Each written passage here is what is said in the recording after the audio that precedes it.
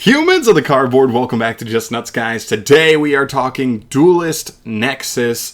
We have the full set finally revealed. Everything for this set is out. The OCG imports, the TCG exclusive archetype, as well as some of the random TCG exclusive cards as well. So, what we need to do is we are, a week and a half prior to the actual release of the set. Yeah, or about a week and a half out from the actual full release of the set in the TCG. And with that, I want to give you guys a laydown of everything I think that's important from this set. A lot of this stuff is going to be a little bit more competitively oriented. This is how the set's actually going to change the current metagame. But there's also some cool, just random stuff that I think is relevant because they're more popular archetypes in here as well. It's not all meta based, but it's a little bit of rogue stuff, and I mess around with rogue a lot, so we're going a little bit lower on that stuff as well. There's a ton to get through. I break it down into 3 categories. As always, brand new archetypes, big support for existing archetypes, the legacy support, and the generic cards that can apply to a myriad of different strategies. So let's start off with the brand new strategies. The first one I have here is the new TCG exclusive. It's called Testina. A couple of interesting cards. It seems like it wants to be a hard-going second deck, which is fine. It's just not all the way there yet. So I don't think it's going to see too much competitive play out the gate, but I think it's worth noting they're going to get a 7-wave, another 7-card wave in the next set as well. So keep in mind, a lot can change with one wave like that. So hopefully that's where we go. Next up here, we have the new Chimera archetype, or I guess the Phantom Beast, the Illusion monsters, all that stuff. It's a very interesting engine. We've already seen some lists in the OCG where they splash the Chimera engine with branded and make like a fusion combination deck there. They have some pretty cool cards there. It's cool. They also have support confirmed for the next set already, so it's going to get more probably, and they seem to have some generic application with just illusion monsters in general, which is the newest monster type in the game. We'll see where they go. There's definitely some openness for where the support can go. I don't think it's going to be too crazy competitively high tier out the gate, but I do think it's something to keep an eye out for. Then that's it. Those are the only 2 new actual themes here that are like full-on themes. Let's get into some legacy support. So we start off with the bigger ones. Altergeist gets 4 new cards here. They're pretty nice. They changed the strategy from more of a super trap oriented strategy to more of a mid-range combo-y deck that can end on a good amount of interruption now. But of course they can always fall back on more of that trap strategy. So I kind of like that idea there, where it's, you try to pop off. If your opponent wants to throw 1 or 2 cards from their hand trap wise at you to stop you, you still get to set your hand and play the control game from there. That's a cool idea. Very cool. Moving on, we have Inferno Knights. They get, I think, 4 new cards, maybe 5. Maybe they get 5 here.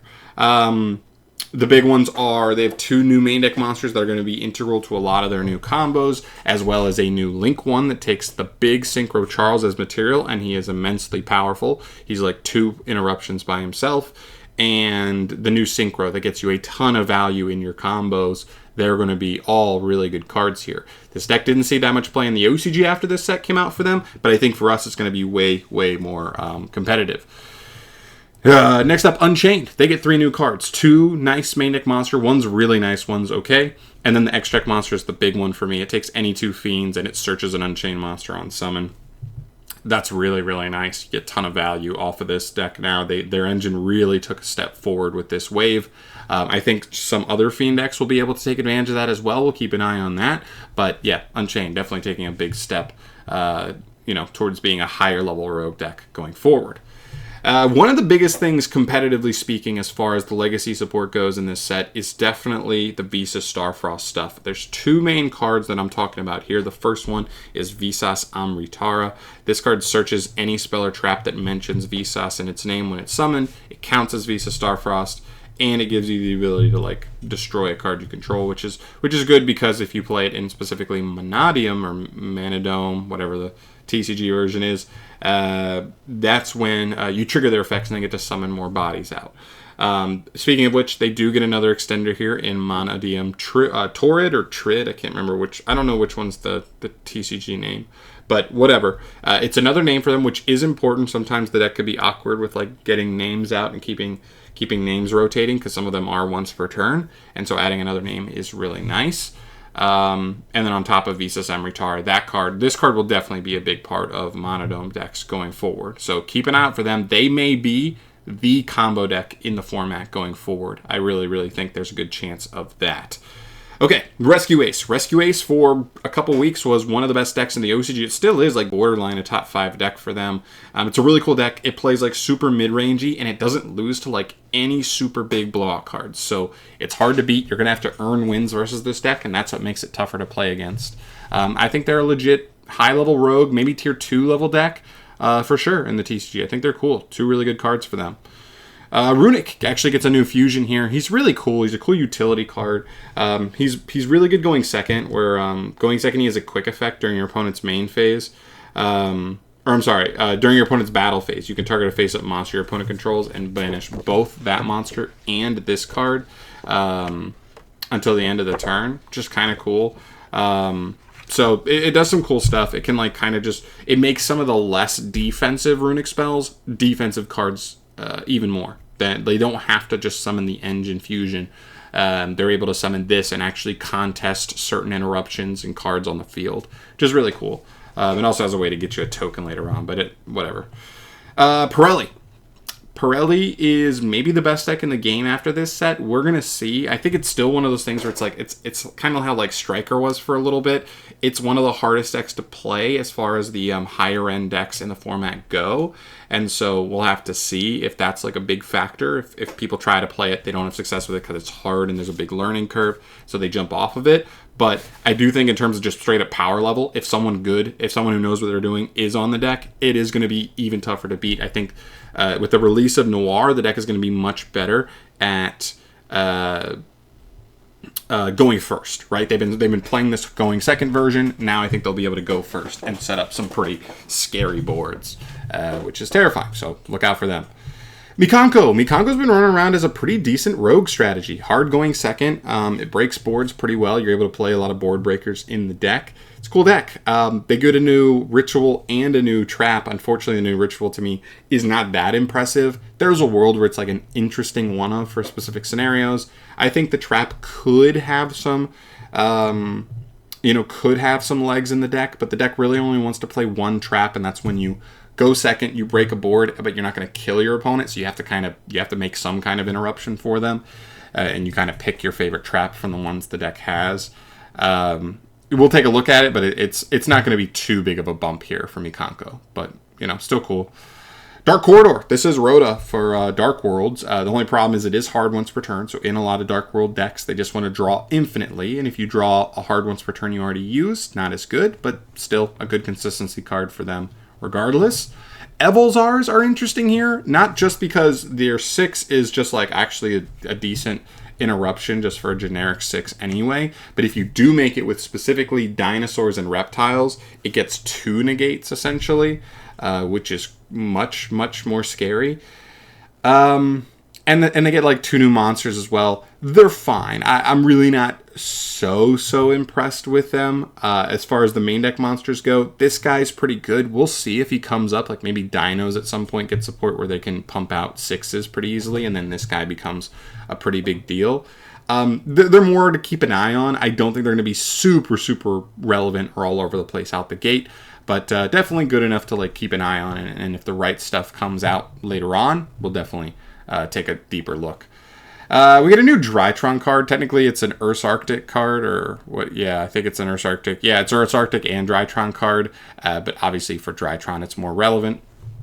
It searches a Drytron spell or trap on summon, and it's an extender, a pretty easy extender. So there's not much going on with this card. I mean, other than that, it's a body. It gets you a plus. It's cool. Maybe it's nice for Drytron there, I guess, a rogue deck, but not much more than that. That's why they're further down the list. We get a new Stardust and a little tuner guy. He's an extender, but you have to get all the way to a level 8 or higher Dragon Synchro before he can really do anything, but he could be part of a combo for sure. Red Eyes Black Meteor Dragon. Red Eyes is not super relevant, but this is a slow searcher for Red Eyes Fusion, so that's kind of cool. We'll definitely keep an eye on this card. I think this card's pretty interesting for Red Eyes specifically. Magic-y Deity Ashtartu. Cool card. This is technically a generic monster, but not really, because you kind of really... in Magic-y, it really actually gets its value. It becomes like a quick banish, essentially. That's decent for a rank 8. I don't think it's... I think Magic-y needs more engine help than just straight up better endboard pieces, but still, I'm sure this is welcome for them. And then we get to the generic cards. So this is the final category here. These are cards that could apply to a handful of different decks. First and foremost, and probably the single biggest chase card in the set, is Revolution Synchron. This card is crazy. It allows you to... how the mini coder monsters for the Code Talk archetype allow you to link up from hand. This guy lets you synchro with him from hand. And not only that, but if you control a level 7 or higher... hold on. Yeah, if you control level 7 or higher Synchro monster while he's in the grave, you can just send the top card of your deck to the graveyard to special summon this card. So it gets you a mill, which also could get you value. And then he reborns himself as a level 1 tuner. So you make a 7, you use him and a 4 on the field to make a 7. Stuff like AFD, maybe Power Tool Dragon, whatever 7 that you think is decent. And then he just reborns himself, and you make Crystal Wing. So it's this plus any 4 gets you like a piece that gets you a value, and then comes back and gets you a negate. So it's a really, really powerful card. I cannot wait to mess around with this card in a couple different decks. Probably going to be a little expensive though. Click and Echo, really cool card. If when this card is used as link material, it goes to your opponent's side of the field like Ibly. But this card doesn't floodgate your opponent. It just forces them to reveal their hand. Still a little bit degenerate for sure in what it does, but not inherently as broken as Ibly. You can just straight up lose to Ibly. This card you don't straight up lose to, you just give your opponent a big advantage. So it's an interesting card. It's a level 2 Sea Serpent, so summonable off of Deep Sea Diva, summonable off of Gigantic Sprite. So keep an eye on it in that realm. I could see decks that take advantage of those two things specifically could be relevant. Hita, if you pitch this card in another fire, you can add any fire monster with attack higher than the one you discarded with it, which is cool. It's a generic fire searcher, essentially, depending on the deck. This could be cool if it's a pretty heavy fire deck. This card's cool. It's a -1, but like still, it could come up at some point. Crimson Dragon. I've been seeing a lot of hype about this card. I've not delved too deep into like all the combos that this card's being abused for, but apparently it sets up like the the Red Dragon Archfiend guy, Calamity I think is his name, the guy who like skips your turn, essentially says you get like no effects for the turn. Apparently he helps set that up pretty easily, so that's terrifying and I hate that, but it is what it is. Magnum, the Reliever. This is a cool generic card. Unfortunately, it's not like a super poly target or anything, but you can make it by using any special summon monster from the X deck and a monster in the hand. So pretty generic, pretty easy to get access to for some fusion decks that have generic fusion capability. And he has the ability to like target a card in the field and destroy it pretty much as a quick effect, which is cool. Or he can get you a draw by putting back a fusion card. Potentially both. If you summon him on your turn and you have more than one fusion spell engraved, you could like draw a card and then still have him able to be a Dryden on the opponent's turn. It's a decent generic fusion. Keep an eye on it. Kui Belt, the Blade Dragon. This card actually is a TCG exclusive. On Synchro Summon, it targets a card on the field and destroys it. Cool. And it has like a weird, float effect that's not even that good. But that is kind of cool, especially for something like Revolution Dragon, or Revolution Synchron we talked about a couple cards ago. This is a 7, so you can make this guy, pop a card, and then revive, like going second, and then bring him back, and boom, make yourself a freaking Crystal Wing as well. Kind of cool. Those are some cool options for sure.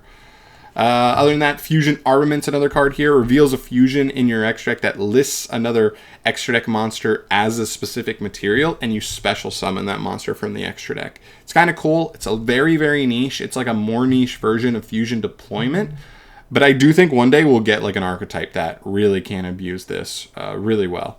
So we'll see. Tokusanu Shinkyojin? Jeez. This one is just trade-in, but for level 10s instead of level 8s.